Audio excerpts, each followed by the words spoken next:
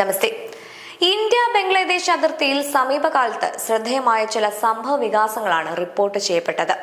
പതിറ്റാണ്ടുകളായി അനധികൃത കുടിയേറ്റം സംബന്ധിച്ച ചർച്ചകൾക്ക് കേന്ദ്ര ബിന്ദുവായിരുന്ന പശ്ചിമ ബംഗാളിന്റെ അതിർത്തി മേഖലകളിൽ ഇപ്പോൾ ചിലർ റിവേഴ്സ് എക്സോഡസ് എന്ന് വിശേഷിപ്പിക്കുന്ന ഒരു പ്രവണതയാണ് ചർച്ചയാവുന്നത്. അതിർത്തി സുരക്ഷ ശക്തമാക്കിയതും അനധികൃതമായി രാജ്യത്ത് താമസിക്കുന്നവരെ കണ്ടെത്തി നിയമ നടപടികൾ സ്വീകരിക്കുന്നതും സംബന്ധിച്ച നടപടികൾ കേന്ദ്ര സംസ്ഥാന ഏജൻസികൾ ശക്തമാക്കിയതായാണ് റിപ്പോർട്ടുകൾ സൂചിപ്പിക്കുന്നത്.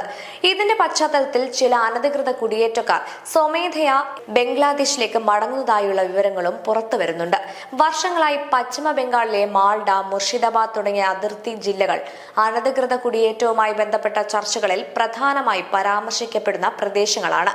സുരക്ഷാ ഏജൻസികൾ പരിശോധനകൾ കർശനമാക്കിയതോടൊപ്പം തിരിച്ചറിയൽ നടപടികളും ശക്തമാക്കിയിട്ടുണ്ട്.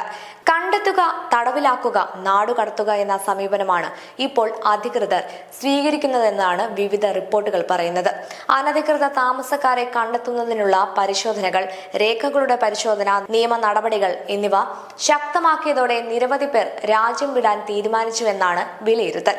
സുരക്ഷാ വിദഗ്ധരുടെ അഭിപ്രായത്തിൽ ഇത് വെറും നിയമ നടപടി മാത്രമല്ല, അതിർത്തി സുരക്ഷയുമായി ബന്ധപ്പെട്ട ശക്തമായ ഒരു സന്ദേശം കൂടിയാണ്. രാജ്യത്ത് അനധികൃതമായി തുടരുന്നവർക്ക് ഇനി നിയമപരമായ പ്രത്യാഘാതങ്ങൾ നേരിടേണ്ടി വരുമെന്ന സൂചനയാണ് ഇതിലൂടെ ലഭിക്കുന്നത്.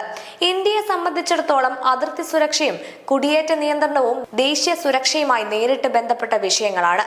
രാജ്യത്തിന്റെ വിഭവങ്ങൾ, തൊഴിലവസരങ്ങൾ, ക്ഷേമ പദ്ധതികൾ എന്നിവ യഥാർത്ഥ പൗരന്മാർക്ക് ലഭ്യമാകണം എന്ന വാദവും ശക്തമായി ഉയരുന്നുണ്ട്.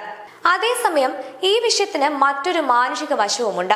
സാമ്പത്തിക ബുദ്ധിമുട്ടുകൾ, തൊഴിലില്ലായ്മ, ജീവിത സാഹചര്യങ്ങൾ തുടങ്ങിയ കാര്യങ്ങളാൽ അതിർത്തി കടന്ന് മറ്റൊരു രാജ്യത്തേക്ക് പോകാൻ പലരും നിർബന്ധിതരാകാറുണ്ട്. അതിനാൽ സുരക്ഷയും നിയമവും ഉറപ്പാക്കുന്നതിനൊപ്പം മനുഷ്യാവകാശങ്ങളും മാനുഷിക പരിഗണനകളും സംരക്ഷിക്കപ്പെടേണ്ടതുണ്ടെന്ന് നിരീക്ഷകർ ചൂണ്ടിക്കാട്ടുന്നു.